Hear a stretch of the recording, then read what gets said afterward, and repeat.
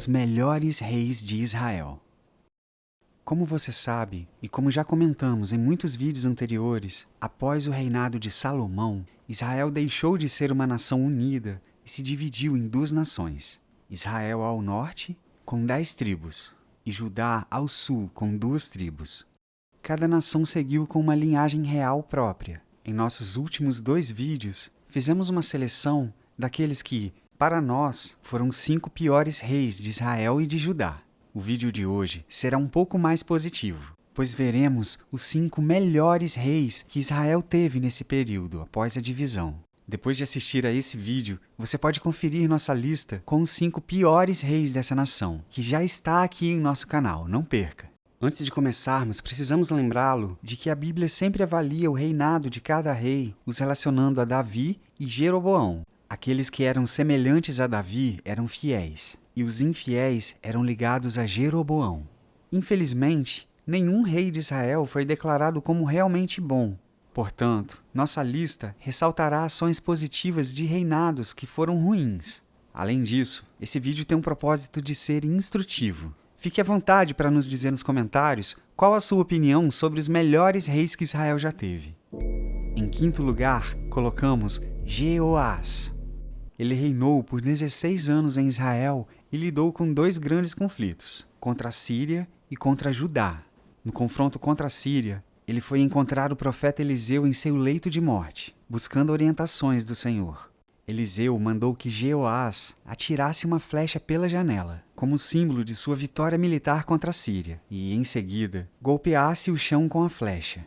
Mas essa segunda atividade, porém, foi como um teste. Jeoás não se mostrou muito determinado e golpeou o chão apenas por 3 vezes, mostrando que teria vitória sobre a Síria, mas não a destruiria para sempre. Jeoás foi bem-sucedido contra seus invasores, conquistando de volta territórios que havia perdido.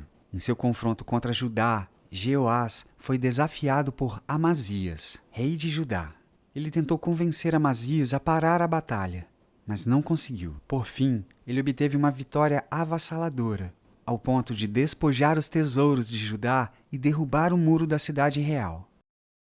Em quarto lugar está o rei Jorão. Ele foi filho de Acabe, um dos piores reis de Israel. Sendo filho de Acabe, era de se esperar que ele fosse seguir exatamente os passos de seu pai. Mas não foi bem isso que aconteceu.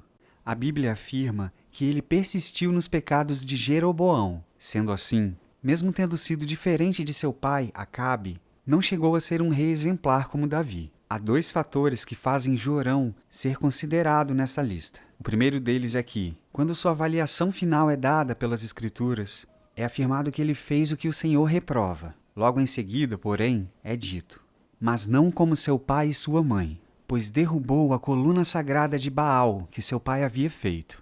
Isso não se assemelha às reformas religiosas que os reis de Judá operaram, mas certamente é um avanço muito significativo para uma nação que se ajoelhou a Baal, matando muitos profetas do Senhor por conta disso. O segundo fato é que Jorão foi capaz de se aliar com Judá e Edom contra Moabe, formando uma aliança tríplice.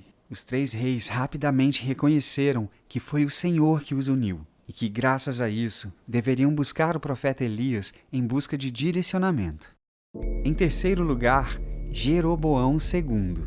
Ele foi filho de Jeoás e reinou por 41 anos em Israel. Seu lugar nessa lista é merecido, mas é de se espantar que, tendo reinado por tanto tempo e com um saldo positivo, tem apenas 7 versículos dedicados à sua história nas Escrituras. Foi durante seu reinado que o Senhor viu a amargura com que todos em Israel estavam sofrendo, e assim os libertou pelas mãos de Jeroboão.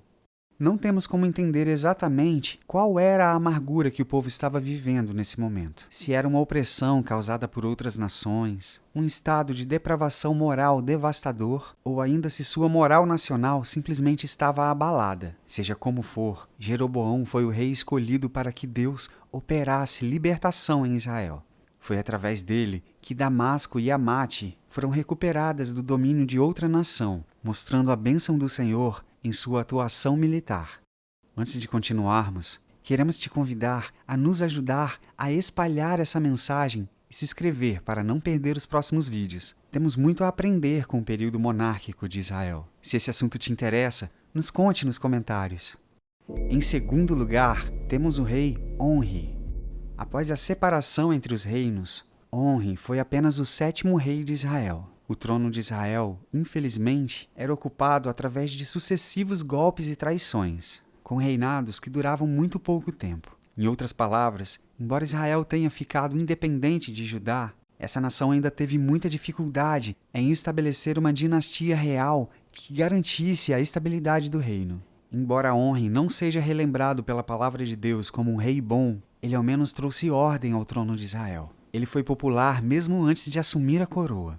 Onri também estabeleceu, finalmente, uma capital para a nação de Israel, já que Judá permaneceu com a antiga capital real e religiosa de Jerusalém. O rei comprou a colina de Samaria e lá construiu uma cidade real, capaz de proteger o rei, e através da qual reinaria sobre Israel. Por fim, Onri foi bem sucedido em estabelecer sua dinastia, uma vez que seu sucessor foi seu filho, Acabe. Em primeiríssimo lugar está o rei Jeú. A história de Jeú é uma das mais sangrentas de toda a Bíblia, mas nada disso foi por puro acaso ou maldade.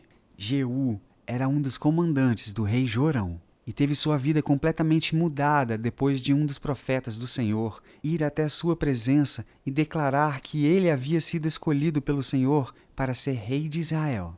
Para isso, porém, ele deveria executar o plano de justiça que Deus tinha para todos os descendentes de Acabe.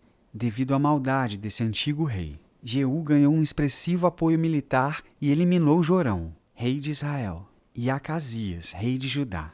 Em seguida, Jeú humilhou Jezabel, fazendo com que ela fosse lançada do alto da torre por seus próprios guardas, atropelada e devorada por cães. A história é sangrenta, sim, mas esse fim tão trágico de Jezabel foi em decorrência da destruição que ela mesma impôs sobre Israel, uma vez que ela perseguiu e eliminou os profetas do Senhor e instaurou a adoração a Baal ao longo de todo o território israelense.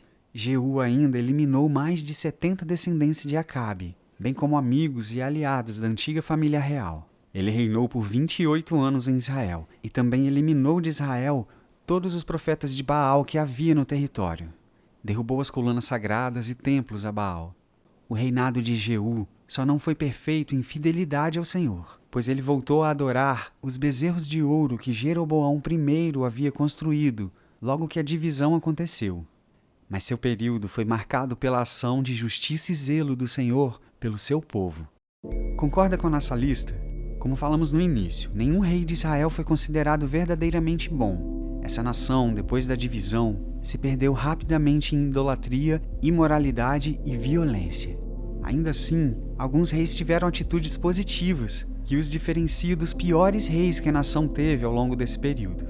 Na próxima semana, temos um encontro marcado para pensarmos acerca dos 5 melhores reis de Judá. E se você gostou desse vídeo e não quer perder os próximos, não deixe de curtir e se inscrever no canal. Nos siga em nossas redes sociais e baixe o aplicativo da Bíblia em seu tablet ou smartphone. Até a próxima!